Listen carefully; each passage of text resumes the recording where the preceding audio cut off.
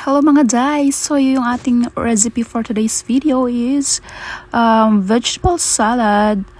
Since sinubukan kong gumawa ng ganitong pagkain or recipe kasi palaging karne lang yung ulam namin. Charot lang.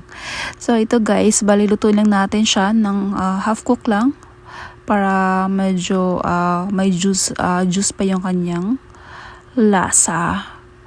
Tapos guys, nagluto na rin ako dito ng 2 itlog, pang toppings lang to. At ito nga, tapos na tayo sa pag-prepare ng ating mga sangkap.